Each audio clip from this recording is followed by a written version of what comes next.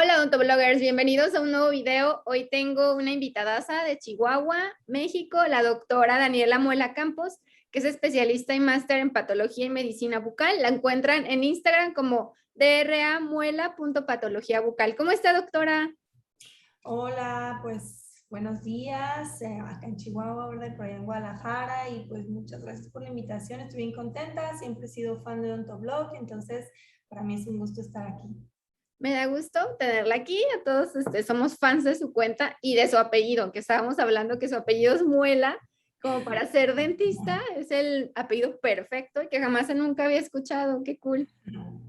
Sí, pues bueno, te decía que de pequeña Muela sufría de bullying, pero ahora me encanta ver la reacción de mis pacientes. Algunos dicen, "Ah, estará jugando, es broma". Otros me dicen, ay, qué padre el apellido. Otros mejor se quedan serios para no decir nada, pero me gusta mucho ahora mi apellido, claro, es mi propaganda. Sí, súper, súper cool. ¿En qué parte de Chihuahua está su consultorio?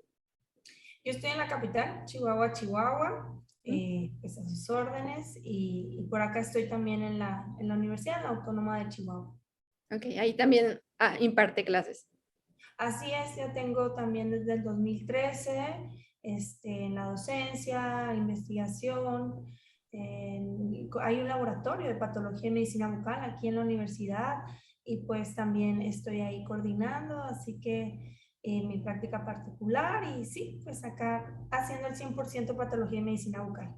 Ok, para contacto, para cualquier tipo de duda, pregunta, colaboración, cita, ¿es en su Instagram? Sí, Instagram y Facebook están mis datos, mi teléfono, pueden contactarme por ese medio, un correo, yo siempre, pues lo que se les ofrezca, porque esta área, pues sabemos que es un poquito especial, rara, así que siempre estoy ahí atenta a lo que mis colegas o los pacientes puedan tener de duda. Ok, perfecto. Hoy nos va a hablar sobre bases histológicas para el entendimiento de la patología bucal. Así es, me pareció cuando me invitaste, pues tenía algunas ideas, pero fíjate que me pareció pertinente este tema, ya que sé que te siguen muchos chicos, sobre todo de pregrado, ¿verdad? Porque todo tu material, pues, está genial para estarlos siempre consultando constantemente. Entonces, este tema es muy básico y aplica, sí, para el entendimiento de la patología de la medicina bucal, pero también para cualquier otra área de la odontología. Entonces me pareció pertinente tenerlo por ahí, me daría un gusto que la gente que te sigue lo vea, y ojalá les sea de utilidad. Sí, muchas gracias. Pues sí, vamos empezando, que sí es muy, muy importante para todos. Sí, pregrado y todos los que estamos saber las bases de patología. Y no, aquí abajito les vamos a estar dejando las redes sociales de la doctora para que la sigan y empecemos. Ok, entonces voy a compartirles por aquí mi pantalla. No sé si ahí ya se está observando, doctora. Sí, se ve perfecto. Ujú. Pues les comentaba que este es un tema muy básico, ¿sí? Es histología, pues para el entendimiento de la patología bucal, pero les digo, esto se puede aplicar para cualquier otra área, ¿no? No sé, la formación de cada uno en sus universidades es diferente. En el caso de Chihuahua, en años anteriores llevábamos histología todo un año. Posteriormente será solo histología de cabeza y cuello. Y bueno, me imagino que cada universidad cambia, pero definitivamente la histología no es como la materia más querida, pero sabemos que de ahí viene mucho entendimiento para, para todo, para la clínica principalmente, ¿no? Que es en lo que la mayoría nos especializamos. Entonces, pues esta frase me gusta mucho, o sea, el entendimiento de la histología es la base para el entendimiento de la clínica. Al final de cuentas, lo que vemos, ¿no? La cavidad oral, la mucosa bucal, y ahí tenemos que resolver el problema. A mí me encanta ver estas imágenes donde vemos, por ejemplo, aquí vemos la encía con su característica de cáscara de naranja, que siempre decimos, ¿verdad? Y rosa pálido. Pero yo siempre les pregunto, ¿ustedes saben de dónde viene esa característica clínica de cáscara de naranja? O sea, es decir, ¿nos estamos imaginando más allá o solamente lo repetimos, ¿verdad? Muchas veces, o porque tiene ese color rosa pálido y no la mucosa yugal que es de color rojo brillante. Entonces, todas estas características que tenemos clínicamente nos la da la histología, claro. Y si nosotros conocemos lo normal, pues claro que vamos a poder posteriormente entender lo anormal. También la histología nos sirve pues para, les decía, llevar a cabo todos los procedimientos de la manera más adecuada y siempre entendiendo a fondo. Es decir, si yo hago una incisión, ¿verdad? Si yo hago una infiltración, pues tendría que entender hacia qué tejido estoy atravesando, hacia dónde voy a llevar ese medicamento, ese anestésico, cómo voy a suturar, porque mi sutura va a depender del tipo de tejido al que yo estoy abordando. Entonces, el proceso inflamatorio, no se diga, ¿verdad? Muchas veces lo estudiamos, pero no se nos queda mucho en la mente porque no entiendo bien la histología. Y también como introducción me gustaría comentarles que claro que la cavidad oral es una cavidad muy compleja, tiene todos los tejidos básicamente, entonces de cada tejido se puede desencadenar una lesión vascular, pigmentada, de tejido óseo, tejido conectivo, y luego súmenle que la cavidad oral pues es una de las principales localizaciones de manifestaciones de medicamentos, ¿verdad? De enfermedades asociadas al consumo de medicamentos y aparte, pues al ser una cavidad que se pone hacia el exterior, pues entonces están irritantes como el consumo de tabaco o alcohol y pues también puede haber lesiones. Así que la cavidad oral hay muchísimas lesiones. Dentro de lo bueno, de lo malo, es que son raras, ¿sí? Raras en comparación a la caries, la enfermedad periodontal, que estas pues los vemos todos los días y nos hacemos expertos en identificarlas. Pero por el contrario, pues patología bucal, pues no es tan común, lo vemos todos los días y eso genera que pues una deficiencia en nuestra identificación de las lesiones, ¿verdad? En describirlas, en plantear diagnósticos. Así que este es el reto de la patología. Toda la información la tenemos que tener siempre lista para el momento que llegue con nosotros una lesión. De tal manera que, pues les decía en resumen, la patología es poco común, hay un desconocimiento y entonces es un reto que tenemos que superar, pues estudiando constantemente, teniendo por ahí nuestra información a la mano. Y les muestro gráficamente lo que estoy platicando. Miren, esto es como la consulta común en patología de medicina bucal. Mis colegas no me dejarán mentir. Normalmente, pues bueno, recibimos pacientes que están siendo ya multitratados o que fueron vistos por otros prestadores de servicios de salud sin tener un diagnóstico. Aquí es este paciente masculino, 35 años de edad, quien primeramente acudió con un odontólogo y quien le dijo que probablemente se trataba de algo traumático, le indicó bicarbonato, que siempre se indica por alguna razón extraña. Y luego la lesión no se dio, acudió con otro odontólogo, quien le dijo que probablemente se trataba de algo como hongos, entonces le dieron un antimicótico. La lesión no se dio, acudió con un médico porque dijo, bueno, pues él es el que me va a ayudar, ¿no? Y con todo respeto, los médicos sí pueden ser quien ayude, ¿verdad? También a resolver problemas de cavidad oral, pero la verdad es que nosotros como odontólogos, nuestra formación mínimo es de 5 años viendo la cavidad oral. Nosotros seríamos quien deberíamos de resolverle el problema. Y muchos médicos en su formación, la verdad es que de cavidad oral llevan, pues, no sé, algunas clases, ¿verdad? Entonces, que el paciente se vaya con el médico, pues es culpa de nosotros, porque a lo mejor nosotros como odontólogos no le hemos podido resolver su problema, ¿sí? Se va con el médico y entonces le indican antiviral y antimicótico, el problema no se resuelve y llega entonces ya con un especialista en infectología, quien le indica y le prescribe lo siguiente, Viracide y Pranosine, y vemos que pues está pensando en algo viral, ¿verdad? También le indica vitamina A, pensando probablemente en esta cuestión, doxiciclina, que es un antibiótico bacteriano, entonces, fluconazol, que es un antimicótico, entonces me da a entender que pensó que era virus, hongo, bacteria. Algo tenía que ser, así que le dio de todo, ¿no? Y también le dio Healthcare, que viene siendo como un protector de la mucosa bucal. También le mandó todos estos estudios, biometría hemática, examen general de orina, química sanguínea, estudios diversos como fosfatas alcalina, bilirrubina, un coprológico. Bueno, pues la verdad que cuando el paciente llegó conmigo me hizo la vida fácil, pues ya tenía todos los estudios posibles, ¿no? Pero por el contrario, de todos modos, la lesión persistía. Entonces, ¿qué sucede aquí? ¿Qué es lo que pasa? El primer error que nos sucede es tratar de adivinar o de ponerle un nombre a esa lesión. Primero tenemos que describirla y entender qué está pasando ahí, y eso va a ser nuestro principal camino para poder plantear un diagnóstico presuntivo. Entonces, tenemos como una mala costumbre de ver una lesión y luego decir, es tumor ontogénico quístico queratinizante, que ya no existe, ¿no? Pero como nos quedamos atrás, es un herpes, es granoma piógeno, que siempre se nos queda en la mente.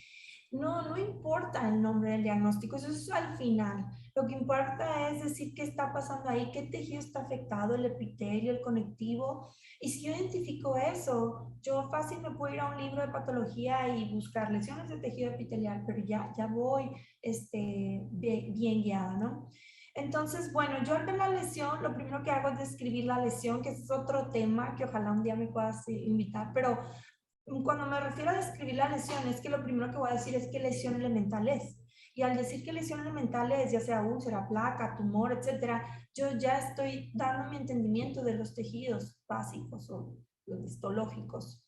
Entonces, si yo sé que esto es una placa, eso quiere decir que es una lesión más ancha que alta y hay un crecimiento superficial y vemos que es blanquecino, entonces muy seguramente es la zona epitelial.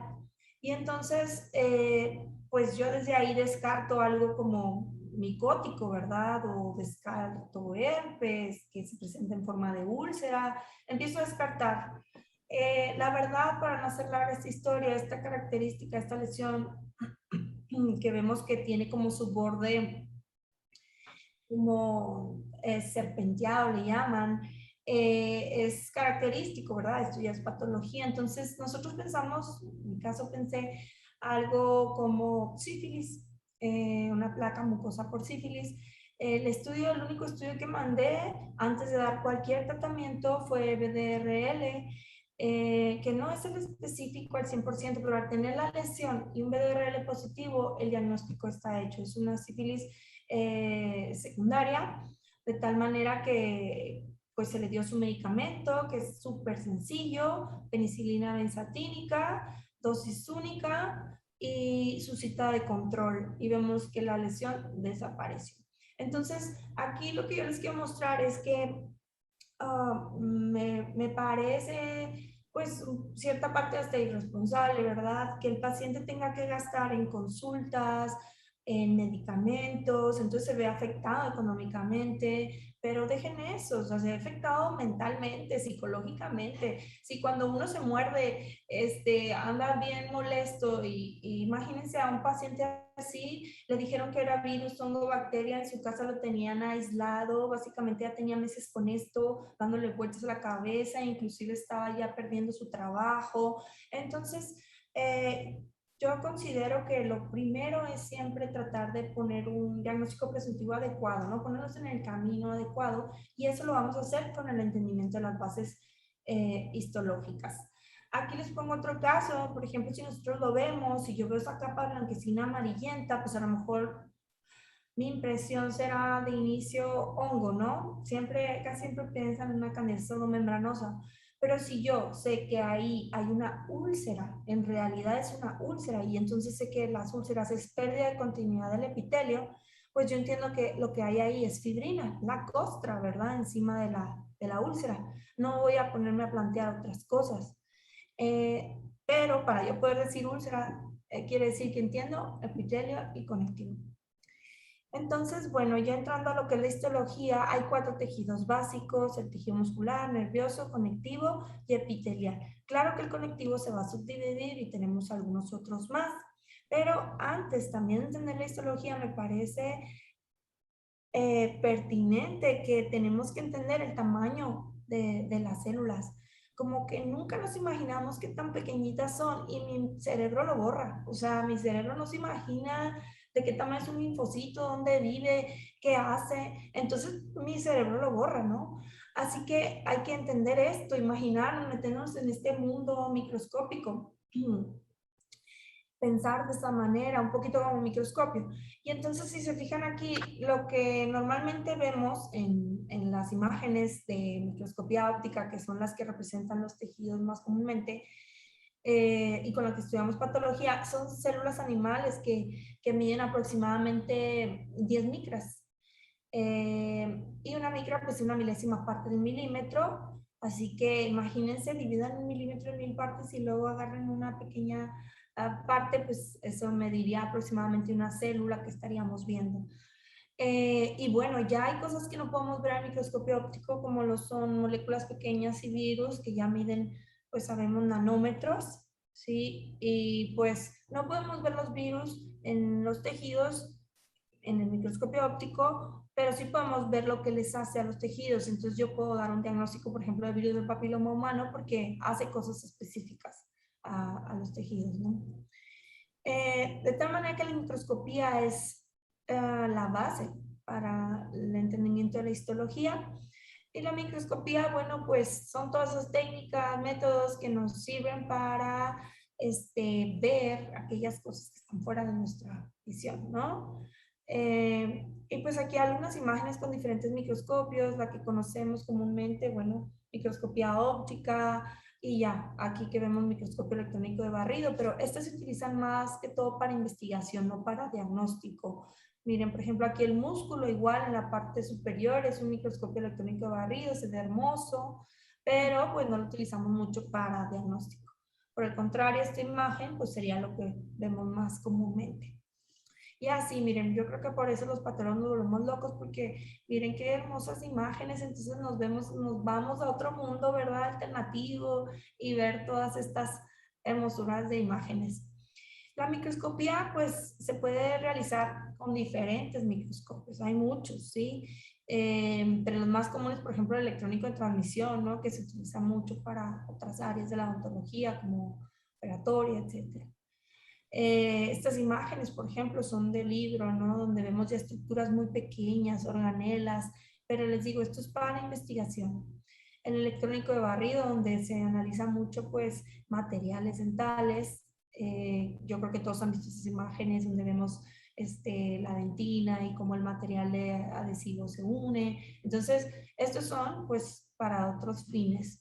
En realidad, el que utilizamos entonces siempre es microscopio óptico, o tiene otros nombres, pero para poder ver en necesitamos que el tejido pase por un proceso.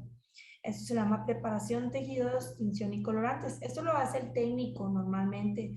En mi caso también, entonces siempre tengo un técnico a mi lado. También me falla el técnico como al resto de los doctores. Pero bueno, también, ahorita tengo uno muy bueno. Y bueno, primeramente siempre fijar el tejido, lo que se utiliza es formaldehído al 10%, eso es importante, si es a mayor porcentaje puede quemar las muestras y no poderlas observar bien. Hay otras formas, pero esta es la más común.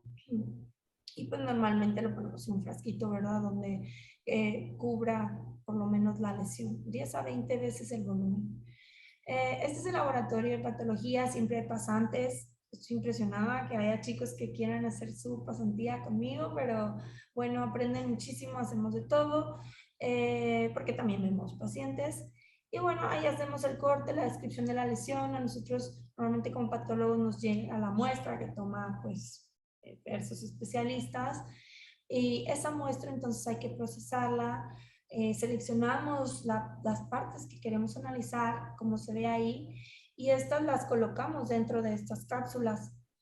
Esas cápsulas pasan por un proceso que puede durar en promedio 24 horas y al final obtenemos este bloque, que ahí está la biopsia,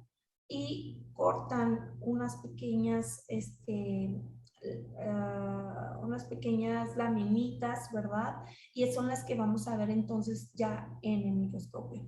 Y lo podemos ver gracias a que sufrió un proceso de tinción, y hay diferentes tinciones, pero la más utilizada es la que se ve así morada de rosa, que es hematoxilina y eosina, ¿no? Y bueno, ahora sí regresando, porque la verdad es que van a empezar a ver mucho rosa y morado. Eh, pues recordamos, son 4 tejidos básicos que vienen de los 3 embrionarios, ¿sí? Y pues el tejido muscular, básicamente sabemos que hay 3, estriado, liso y cardíaco. Tienen algunas diferencias muy importantes, por ejemplo aquí las estrías que se pueden ver en estos fascículos dados por la actina y miosina, y es el más común en cavidad oral, ¿verdad? Pues todos los músculos de cavidad oral están compuestos de eso. Músculo liso a lo mejor en cavidad oral puede estar en algunos vasos sanguíneos grandes, ¿verdad? Pero sabemos que el músculo liso se encuentra pues en vísceras principalmente, y recubriendo, les digo, algunos vasos trans. Y este que sería el músculo cardíaco, pues tiene su localización y su función muy especial. No voy a hablar mucho de ellos, me voy a enfocar sobre todo a los que están en mucosa bucal. Así que bueno, antes de la mucosa bucal específicamente tenemos el tejido nervioso, que es súper complejo. Este sí es bien complejo, nos llevaríamos todo el tiempo a hablar de él. Pero vemos por ahí cómo también se organiza en forma de fascículos, de fibras nerviosas que están rodeadas por algo que le llamamos perineuro, como vemos aquí, y después a su alrededor el epineuro, ¿verdad?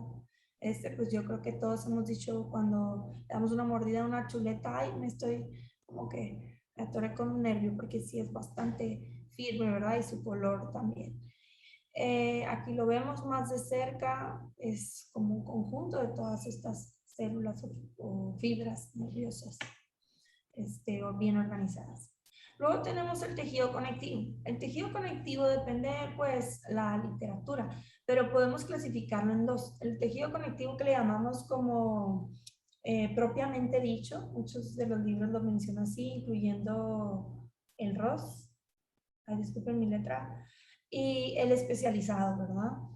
En el propiamente dicho tenemos el que viene siendo el que es conformado específicamente por fibroblastos, que vamos a ver, unas células fusiformes o alargadas que producen específicamente colágeno, ¿verdad? Y pues aquí puede formar, pues, propiamente dicho, es el que le sostén a todo el resto de los tejidos. O también puede formar ligamentos y tendones. Y el especializado tenemos, ahora sí, a lo mejor el que algunos se estaban preguntando, ¿y dónde está? Pues tenemos el óseo, el cartilaginoso, y luego tenemos el hematopoyético, y me falta el tejido adiposo, ¿sí? Es decir, antes de que se especialicen en esto, inicialmente esto era una célula madre que le llamamos mesenquimatosa, y entonces va a decidir qué quiere ser en la vida. Si quiere diferenciarse en tejido óseo, bueno, pues ya va a convertir en un osteoblasto, guapo, fuerte, formador de hueso, o a lo mejor quiere ser un adipocito, ¿verdad? Con esa forma tan hermosa, o a lo mejor quiere ser un fibroblasto y andar reparando todo. Entonces, el tejido conectivo viene del tejido de una célula madre mesenquimatosa que se puede diferenciar. Esto también es importante porque, por ejemplo, ya sabemos, el periodonto, hay células madre que se pueden diferenciar en cemento, hueso, ligamento. Entonces, es porque todo es tejido conectivo al final de cuentas. Y bueno, el tejido adiposo, les decía, tiene esta forma tan hermosa, a mí me encanta, redondito, gordito, ¿verdad? Obvio, porque tiene una gran gota de grasa dentro que desplaza al núcleo hacia la periferia, y entonces lo podemos observar de esa manera. Este también me parece muy lindo por su color y porque a mí me gustan las cosas redondas. Es el tejido cartilaginoso, si se fijan, su matriz es todavía en gran parte matriz inorgánica y nos le da esta afinidad a la tensión basófila, ¿verdad? Entonces se ve de color morado y vemos por ahí los condrocitos. El tejido óseo, que también es mi fascinación, el tejido óseo, podemos observarlo aquí una trabécula ya madura, porque si se fijan aquí en estas lagunas están ya pues los osteocitos ya viejos, ¿verdad? Que ya dieron todo de sí, formaron todo este hueso a su alrededor. Vemos estas líneas de formación convergentes hacia las islas, ¿verdad? O lagunas, más bien dichas. Y aquí vemos ya más de cerca el hueso. Esto de acá es hueso. Y vemos que aquí está en la periferia un osteoblasto grande, fuerte, joven, formando hueso. A diferencia que este que está ya viejo en su laguna. Y vemos por aquí a este gigante, mírenlo, grande. Un osteoclasto multinucleado, inclusive, haciendo su trabajo, ¿no? Que también es parte de las células del hueso. Y bueno, el tejido propiamente hematopoyético, pues también sería para otro tema, a lo mejor para inflamación, pero también es muy interesante, ¿no? Porque pues ahí hay muchísimas células que ver. Por eso no lo abarco aquí. Y bueno, ahora sí regresando específicamente al tejido conectivo propiamente dicho, también le llamamos conjuntivo. Este se encuentra en la mucosa bucal, ¿verdad? Por debajo del epitelio, como vamos a ver ahorita, es muy importante. Y está conformado por estas células. Acuérdense que todo lo que vean morado es el núcleo de una célula. Entonces, aquí estas células están pues separadas entre sí. Son fibroblastos que están formando todo esto, que es el colágeno. Estos como pelitos que se ven ahí de forma desorganizada. El conjuntivo también tiene algo muy particular, que es vasos sanguíneos. Está bien vascularizado. Y pues lo vemos más de cerca, vemos por ahí los fibroblastos y las fibras de colágeno. Por ejemplo, a partir de este tejido puede formarse una de las lesiones más comunes que todos conocemos, que es la hiperplasia fibrosa, ¿verdad? Entonces, les digo, a partir de cada tejido puede desarrollarse una lesión. Y luego tenemos el tejido epitelial. El tejido epitelial, pues su principal característica es que sus células están estrechamente juntas. O sea, no hay otro tejido donde las células estén juntas como estas. Y aparte tienen uniones intercelulares entre ellas, ¿no? Para poder estar así de unidas. De tal manera que esta característica pues le da su principal función, que es la protección. Y por eso está cubriendo el exterior o el interior de cavidades. Las células, otra característica es que siempre van a estar apoyadas de una membrana basal, es una pequeña capa de colágeno en particular, y se soporta el tejido epitelial sobre el tejido conectivo. Es avascular y también no tiene nervios. Entonces no sé si yo soy la única loca que a veces anda jugando con agujas y las mete aquí entre las palmas de la mano en la capa más superficial y anda asustando gente. Bueno, pues es porque atravesamos el epitelio y no sangra y no duele, ¿verdad? Entonces ya si le damos un poquito más, dice uno, ay, ya llegué a la carnita. En realidad la carnita es el conectivo, donde ya hay fibras nerviosas y hay vasos sanguíneos y puede sangrar. Tiene otra característica que es regeneración y exfoliación. Esta característica es dada porque, como vamos a ver ahorita, las células del estrato basal pues entonces en este punto ellas deciden si quieren seguir como una célula madre unipotencial o quieren ser libres y entonces pasar por todos los estratos y básicamente ser libres, ¿no? Por eso decimos que cambiamos de piel, porque pues sí lo hacemos en cierta parte.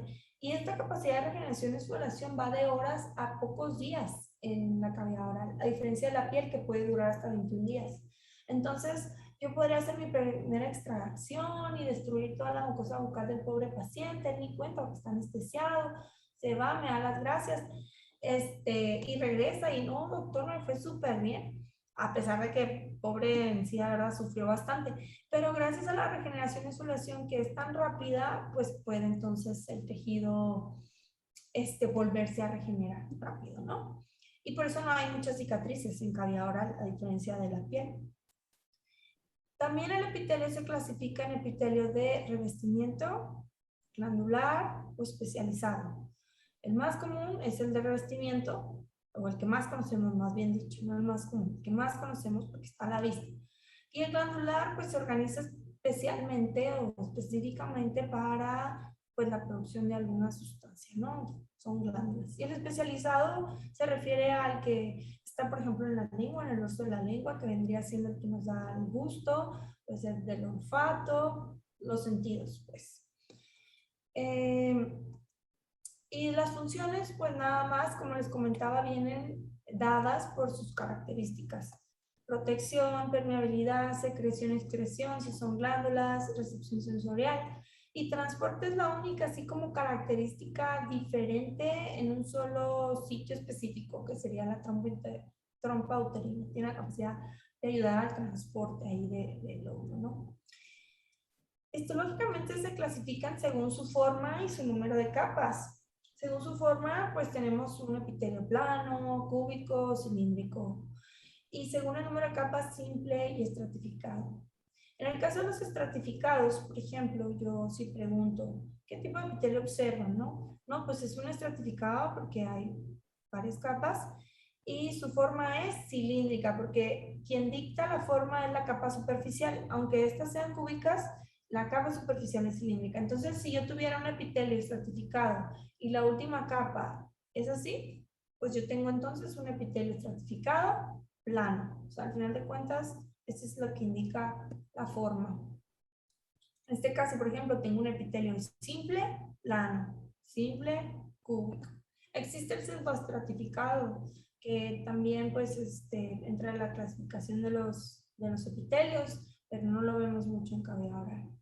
Aquí un ejemplo de epitelio plano simple. Este es el endotelio, el que recubre los vasos sanguíneos. Hace un gran trabajo porque... ¿Y por qué tiene que ser plano simple? Pues porque por aquí, por ejemplo, aquí vemos a un linfocito, tiene que cruzar este epitelio plano simple para llegar al tejido conectivo a hacer su trabajo. Y si le hubiéramos puesto un estratificado, pues nunca pasa, ¿no? Entonces, bueno, es donde el lugar más común del epitelio plano simple. El epitelio simple cúbico, pues es poco común para nosotros, estará en el riñón, alguna parte del tracto respiratorio. El simple cilíndrico está principalmente en el epitelio gástrico, respiratorio, trompa uterina, en algunas zonas así. También podemos encontrarlo en algunas zonas del seno maxilar, pero bueno, pues también tiene sus características específicas. Y que es el que más vemos, el epitelio plano, estratificado, ya sea queratinizado o paraqueratinizado, pero aquí lo vemos, que igual y sus células más de los trozos inferiores no son tan planas, pero al final de cuentas las capas superiores son totalmente planas. Entonces son varias capas y la última es plana, entonces epitelio plano estratificado. Así que este es el epitelio que recubre la mucosa bucal. La mucosa bucal aquí la vemos al microscopio, un epitelio plano estratificado, paraqueratinizado comúnmente y debajo un conectivo. Así que si yo preguntara, por ejemplo, a mis alumnos, díganme los tejidos que conforman la mucosa bucal, pues tendrían que responder epitelio y conectivo, ¿sí? A veces como que nada más les pregunto, ¿cuál es el tejido más superficial de la mucosa? ¿La encía? O me contestan situaciones así porque nuestra mente no está como pensar en epitelio y conectivo. Pero yo creo que es algo que se debe de entender o de aprender constantemente, ¿no? Bueno, entonces les decía, estos son los tejidos de la mucosa bucal. Si yo veo al epitelio cerca, es como les estaba platicando, células muy unidas, que nos protege y va a cambiar dependiendo de la zona. Por debajo, un conectivo con sus vasos sanguíneos y pues dándole esa coloración a la mucosa bucal. La mucosa bucal se divide en mucosa masticatoria y mucosa de revestimiento principalmente, aunque tenemos la mucosa especializada en el dorso de la lengua, pero histológicamente las diferencias se ven entre la mucosa masticatoria y de revestimiento. En la mucosa masticatoria, si pueden ver histológicamente, una de las principales diferencias es esta, la capa más superficial. Por el lado de la mucosa masticatoria normalmente es un epitelio queratinizado, es un epitelio que vemos que es mucho más grueso, a diferencia de este que puede ser mucho más delgado, ¿sí? Y eso nos va dando entonces ahora la idea del aspecto clínico, ¿verdad? Por ejemplo, si yo tengo entonces mucosa de color rosa pálido es por esta razón, porque el epitelio es más grueso y no me deja ver el conectivo que está debajo. En forma de dibujitos se vería más o menos así, un estratificado plano para queratinizado le llamamos, versus uno que está queratinizado, ¿no? La capa superficial es más gruesa y entonces, pues esto tiene sentido porque necesito un epitelio que resista más las fuerzas de masticación. Aquí vemos el epitelio más de cerca y vemos sus diferentes estratos que les contaba. Aquí están las células basales que son más redonditas. Conforme inicia su viaje, esta célula empieza a ser como más poliédrica, le llamamos. Empieza a perder sus organelas hasta llegar al estrato granular donde se aplana más y entonces empieza a formar algo que se llama queratoialina, esos gránulos que se ven por ahí.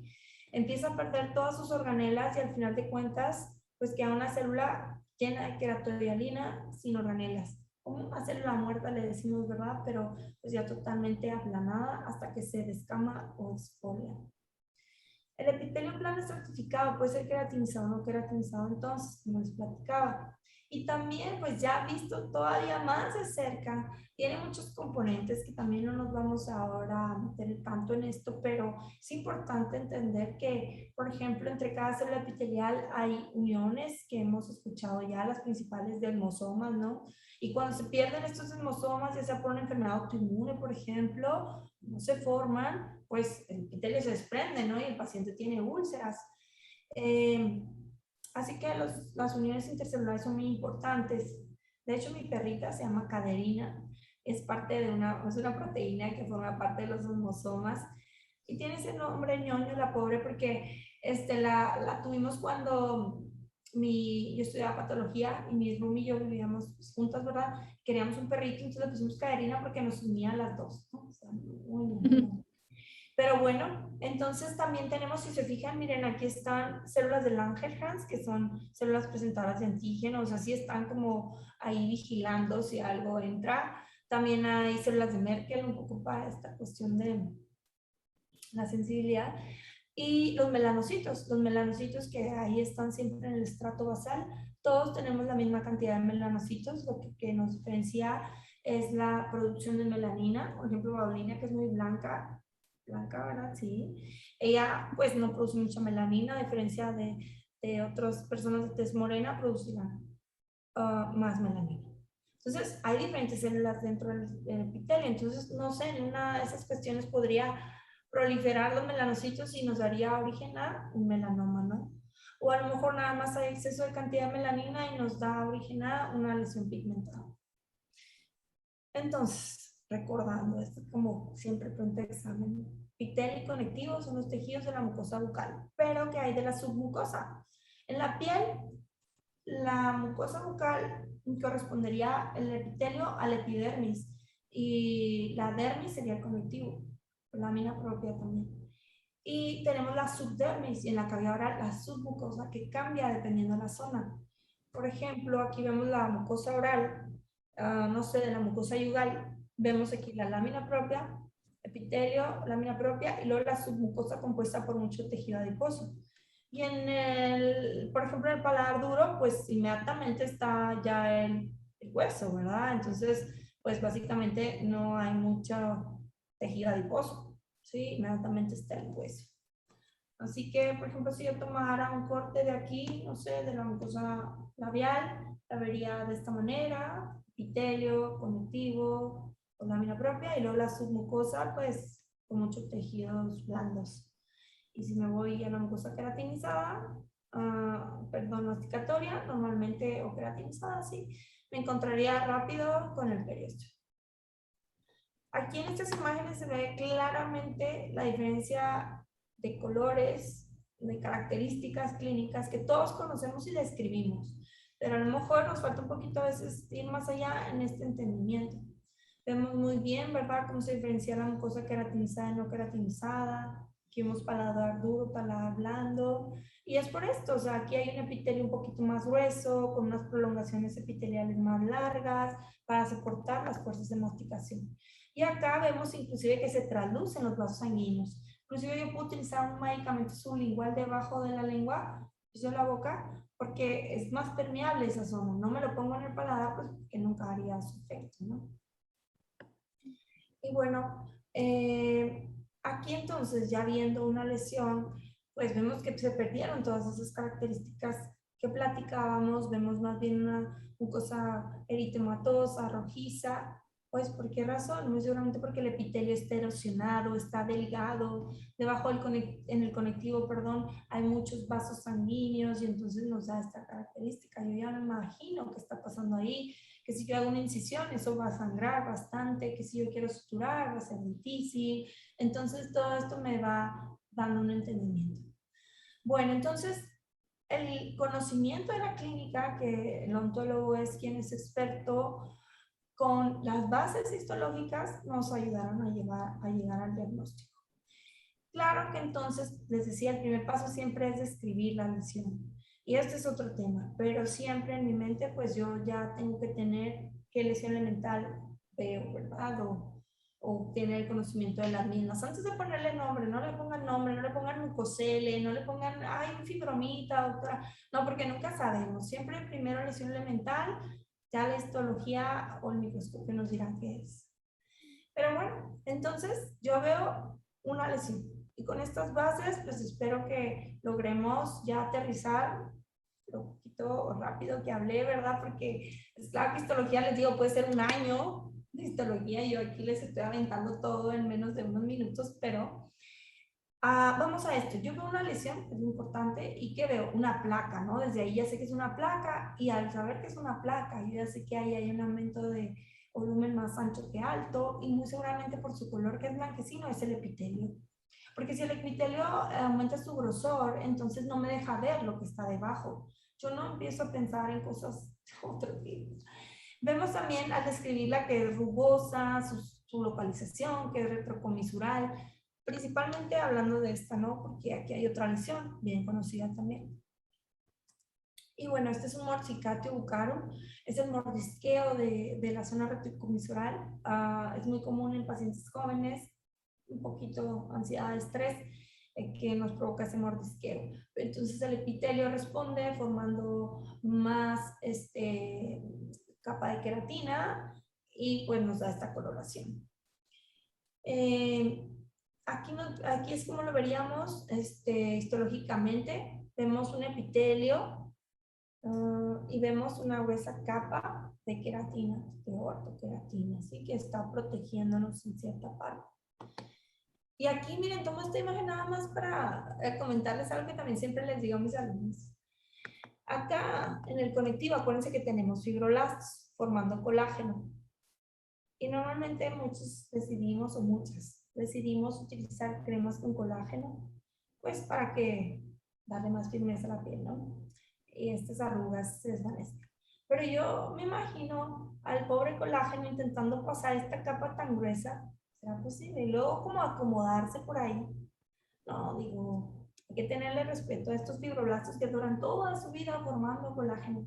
De tal manera que sí funcionaría algo que estimule a los fibroblastos a formar más colágeno, porque ese es su trabajo y ellos se encargan de eso. Entonces, también la histología, miren, nos ayuda a ahorrar en ciertas cosas que quizás no funcionan. Bueno, miren, pues aquí imágenes de cómo se ve la queratina, una gruesa capa de queratina. Esta es la imagen que les puse ahorita. Les platicaba que esta imagen pues lo que llama la atención principalmente es esta gran úlcera, ¿no? Cubierta por fibrina, que viene siendo la costra. Acuérdense que la costra, no sé, en una lesión en la rodilla, pues se ve seca, de color rojizo, pero en la boca con humedad se ve blanquecina, amarillenta. Pero fíjense que de este lado también hay un blanquecino por ahí, ¿verdad? Un color blanquecino. Entonces yo debo de entender, esto es lo primero que hago. ¿Qué está pasando ahí? Bueno, hay una úlcera, pero pareciera que también aquí hay formación de epitelio, tiene estas características, ¿verdad? En forma de rayos de sol. Bueno, ya ahí ya empiezo a describir más. Y pues este es un líquen plano erosivo que llegamos al diagnóstico después de haber descrito la lesión, después de no haber dado ningún medicamento, sin haber planteado un diagnóstico presuntivo adecuado, al saber que es una úlcera. Por ejemplo, ustedes con que identifiquen que es una úlcera, se pueden ir al libro de patología y verán que los libros de patología en su mayoría están clasificados: lesiones de origen epitelial, lesiones de origen conectivo, lesiones de tejido óseo. Entonces pueden irse a buscar ahí. O también en sus otros libros están clasificados por lesiones ulcerativas, lesiones rojas, pero ustedes ya identificaron y pueden ir a buscar ahí, ¿verdad? Entonces, por eso les digo que ya con que hayan identificado qué tejido es, ya van negando y evitándole al paciente muchas otras consecuencias como las que platicamos. Una úlcera, entonces, yo entiendo que es la pérdida de continuidad del epitelio, como podemos observar aquí. Y pues entonces les digo, ya voy ganando. Aquí vemos otra úlcera que representa algo de lo que les estaba platicando anteriormente. Hay dos coloraciones, ¿no? Una como blanco amarillenta, que viene siendo la fibrina, la capa que normalmente cubre a las úlceras, pero a su alrededor hay una capa de queratina, por eso se ve un poquito más blanco nacarado. Esto ya nos dice que es una úlcera crónica, que en el centro está destruyéndose, pero en la periferia intentando formar. Entonces, el paciente podrá decir que le salió ayer, pero eso es mentira. Eso tiene, no sé, semanas, porque ya vemos que hay formación de queratina, ¿no? Entonces nos ayuda a entender qué está pasando. Otra de las lesiones más comunes, yo creo que, bueno, ni siquiera es lesión, es una variación de la normalidad. Vemos por aquí una lengua geográfica, pero pues antes de, a lo mejor muchas lenguas geográficas se confunden porque no tienen su presentación tan típica, pero desde que yo veo que hay una zona erosionada, o sea, el epitelio está más delgado y hay un borde elevado de queratina o de formación de papilas, pues sé que es una lengua geográfica, ¿no? Entonces, les digo que yo podré saberme el nombre, pero lo primero es entender. Aquí nada más puse un ejemplo de una candidiasis pseudomembranosa, cómo se ve diferente a lo que es la fibrina, porque muchas veces confunden a las úlceras con fibrina con candidiasis pseudomembranosa, pero para empezar, candidiasis pseudomembranosa en un adulto es extremadamente raro, tendría que ser un paciente inmunodeprimido. Y vemos que pues su localización es más específica, las placas blanquecinas son más irregulares, tendría algún tipo de sintomatología.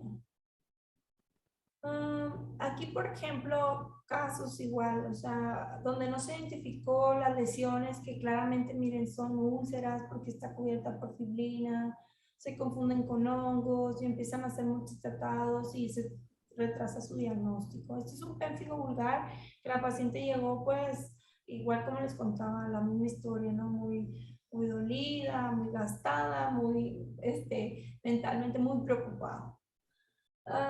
Y también aplica pues entonces para aumentos de volumen y todo lo que vamos, ¿no?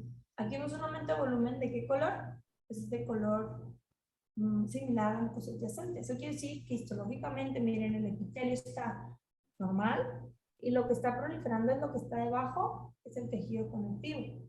Entonces, yo no sé qué lesión es, pero ya sé que es el tejido conectivo y me voy al libro y ahí busco. La hiperplasia fibrosa, les digo, que normalmente pues, es de las más comunes. Aquí, este caso también que me llegó con una presentación muy particular, inclusive venían asustados porque parecía una tumoración neoplásica maligna, pero la coloración me estaba dando a entender que era una proliferación reactiva del tejido conectivo. Así que pues antes de asustar al paciente, mejor le planteamos un buen diagnóstico presuntivo, indicamos la toma de biopsia y bueno, era una lesión reactiva, neoplasia fibrosa, una localización a lo mejor atípica. Ya si veo algo así, donde ya veo rojizo, ulcerado, miren aquí está ulcerado, lobular, pues ya pienso ya en algunas otras lesiones, pero igual sigo pensando en tejidos de esa zona, como tejido conectivo, pero ya muy vascular, ¿verdad? Ya más vasos sanguíneos. Este es un granuloma piógeno, con una localización atípica, pero al final de cuentas, miren, epitelio normal, bueno, ulcerado en unas zonas, es decir, no hay, pero con esta proliferación de vasos sanguíneos, tejido conectivo, proceso inflamatorio, eso compone un granuloma piógeno, que también se llama hemangioma lobular capilar, por lo mismo, por tantos vasos que se confunde con un hemangioma o se parece. Aquí lo vemos de cerquita, miren, muchos vasos sanguíneos, tejido inflamatorio, lesión reactiva. Y bueno, también ya por último, miren, las lesiones pigmentadas, también yo debo de pensar, ¿no? ¿Qué podrá hacer ahí? No, pues es un color marrón claro, bueno, seguro es melanina nada más, tiene esta disposición muy simétrica, bueno, pigmentación fisiológica.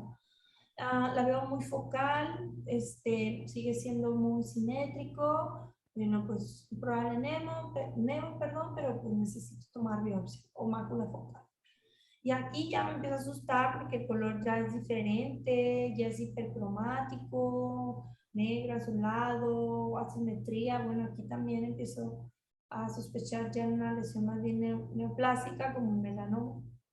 Y acá veo un color que ahora sí que ni conozco, ¿no? Que eso no es normal en los tejidos. Lo veo en verdad un azul raro, o sea, pues ni los de sangre azul tienen esa característica. Entonces, es algo que no conozco, perfecto, ya al menos avanzaste. Eso es algo que yo no conozco, entonces debe ser algo que no conozco como que algo exógeno, ¿verdad? Algo que no está en mi cuerpo. Entonces, pues sí, un tatuaje por amalgama, pero ya pensé que no es algo que yo conozco. Aquí histológicamente, por ejemplo, esta imagen correspondería a algo como esto, aunque esta es la piel. Pero vemos que hay melanina depositada en el estrato basal. Y este de aquí ya correspondería más bien a un melanoma, donde ya hay proliferación de estas células en el tejido conectivo. Y bueno, ya si veo algo así, ¿qué está pasando aquí, verdad? Pues bueno, hay una úlcera, hay zonas blanquecinas, y pues bueno, esto lógicamente ya se vería algo así, donde hay proliferación del epitelio hacia el conectivo, en forma le llamamos como de gotas de agua. Empieza a formarse queratina en zonas donde no va, en organizaciones que no son. Las células empiezan a tomar un aspecto ya pleomórfico, es decir, células grandes, células pequeñas, diferentes formas, tamaños, y haciendo mitosis aberrantes. No debería haber mitosis como las que están aquí, miren, ya más de cerca, no sé si la alcanzan a ver, esta le llamamos la batiseñal. Miren, a ver si la ven, batiseñal. Ahí está la batiseñal, ¿no? Ahí está. Esa batiseñal se refiere a mitosis aberrantes que no deberían estar en los tejidos. Y pues esto es un carcinoma, ¿no? Ya una lesión neoplásica. Y bueno, entonces, para terminar, les dejo estos pasos para el adecuado planteamiento del diagnóstico. Número 1, yo debo describir la lesión antes de adivinar. ¿Con qué? Con estas bases histológicas. Las necesito. Número 2, la historia clínica, claro, ¿verdad? Todo lo que está alrededor siempre va a ser necesario. Y el punto número 3, ahora sí, planteo un diagnóstico presuntivo con base a estos dos puntos anteriores. Si necesito ya una interconsulta, la haré. Si necesito la biopsia, la haré. Pero entonces, nunca dar tratamientos inadecuados porque voy a dar un tratamiento inadecuado si no tengo un buen diagnóstico. Entonces, evitar dar tratamientos para ver si le funciona, a lo mejor y sí, a lo mejor y no. Vamos a ver, no es lo correcto. Tengo que dar un diagnóstico primero y eso entonces podré dar un pronóstico, ¿verdad?, al paciente y un adecuado tratamiento. Les dejo con estas hermosas imágenes. Este es el cordón umbilical, donde miren aquí se ven funcionadas dos personas, mi bebé y yo. Así que cuando nació hace un añito, yo le pedí al doctor un pedacito de cordón umbilical, me dijo, pues está loca, pero me lo dio, y me dio casi 1 metro de cordón umbilical, me lo dio todo, y bueno, pues aquí están unas hermosas imágenes. Qué bonito. Este es el cordón, miren, ahí está, y al final de cuentas, pues no me da estas emociones. Yo agradezco mucho a Paulina, es que pues bueno, les digo, histología es bien complejo, pero espero estos tips y estas cositas les puedan ayudar y ya ustedes puedan ir a estudiar un poco más, ¿verdad? Lo que necesiten. Y pues nada, encantada de haber estado contigo, Paulina. Y dejo mis datos por lo que se ofrezca, siempre a sus órdenes con toda esta área de patología de medicina bucal. Ay, doctora Muela, agradezco mucho su plática. Yo sé que tiene alma de maestra, se nota por cómo explica y cómo nos quedó todo súper claro. Agradezco mucho que haya aceptado la invitación y sabe que para Odontoblog es bienvenida cuando quiera hablar del tema que usted quiera. Y aquí están sus redes sociales para que la contacten cualquier duda, interconsulta. Y es súper importante el mensaje que nos deja al final, de que si no sabemos, como todos tenemos nuestros límites, hay patólogos bucales que nos pueden ayudar como odontólogos generales que nos podemos interconsultar o derivar al paciente para evitar estar pasando de doctor en doctor y darles tratamientos que no son los correctos. Me encantó la plática, muchas gracias. Así es, ya saben, ahí a nosotros, todos los patronos, nos gustan estos casos raros, a veces atípicos, entonces estamos abiertos a que nos escriban un mensajito, nos consulten su caso, no tengan, a veces tienen como pena y dicen, debe ser cualquier cosa, no, más vale siempre checar todo eso, ¿no? Entonces, muchas gracias de nuevo, Paulina, encantada, la verdad. Gracias por aceptar, mándale un correo, síganla en Instagram, en su cuenta está muy, muy interesante, sube casos clínicos y demás, y en Facebook, ahí también la pueden contactar y síganla. Pues muchas gracias, le mando un abrazo hasta Chihuahua y gracias por su tiempo y su dedicación y su explicación y por todo, porque es súper linda. Gracias, muchas gracias. Síganla en redes sociales, suscríbanse aquí al canal y nos vemos hasta un próximo video. Síganla en Instagram. Bye.